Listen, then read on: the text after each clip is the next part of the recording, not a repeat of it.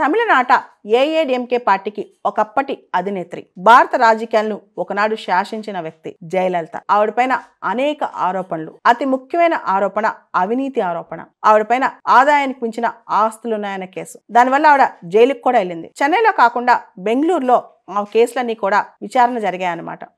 దానికి సంబంధించి ఆవిడ నగలు, ఆవిడ ఆస్తులు, ఆవిడకి సంబంధించిన వ్యవహారాలు అవన్నీ కూడా అక్కడికే ట్రాన్స్ఫర్ అయ్యాయి. ఈ అసెట్స్ అన్ని కూడా బెంగళూరు ట్రెజరీ దగ్గర ఉన్నాయన్నమాట. వాటన్నింటినీ మొన్న బెంగళూరు కోర్టు వాళ్ళు తమిళనాడు ప్రభుత్వానికి అప్పగించారు.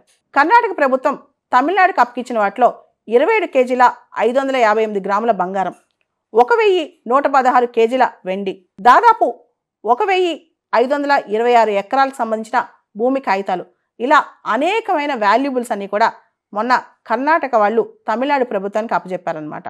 జయలలిత గారి అసెట్స్ కర్ణాటక నుంచి తమిళనాడుకు బదిలీ, ఇది మొత్తం కూడా కోర్ట్ అఫీషియల్స్, గవర్నమెంట్ అఫీషియల్స్ ఆధ్వర్యంలో జరిగింది. ఏదైతే ట్రాన్స్ఫర్ చేస్తున్నారో అవన్నీ కూడా చట్టబద్ధంగా లీగల్ ప్రొసీజర్స్తో కేర్ఫుల్గా రికార్డ్ చేసి, డాక్యుమెంట్ చేసి, ఫోటోగ్రాఫ్ చేసి తమిళనాడుకు బదలాయించారంట. ఇవన్నీ గమనిస్తే కర్ణాటక నుంచి తమిళనాడుకు ట్రాన్స్ఫర్ అయిన ఆవిడ నగల్లో కానీ ఆస్తుల్లో కానీ ఏమున్నాయని చెప్పి చాలా మంది క్యూరియాసిటీతో చూశారు. ముఖ్యంగా గోల్డెన్ క్రౌన్, బంగారపు కిరీటం, తర్వాత ఇంట్రికేట్ డిజైన్స్తో ఒక స్వాడ్, దాంతోపాటు రకరకాల బంగారం, వెండి ఆభరణాలు ఇవన్నీ కూడా ఉన్నాయంట ఆవిడ ఖజానాలో.